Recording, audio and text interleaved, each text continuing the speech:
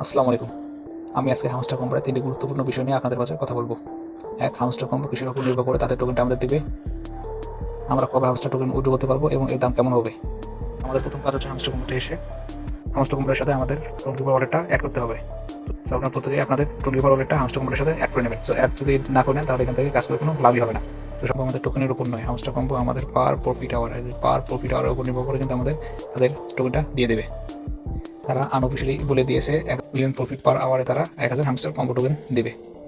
দ্বিতীয়ত, hamster combo কবে listing হবে এবং আমরা কবে হামস্টার টোকেনটা উইথড্র দিতে পারবো।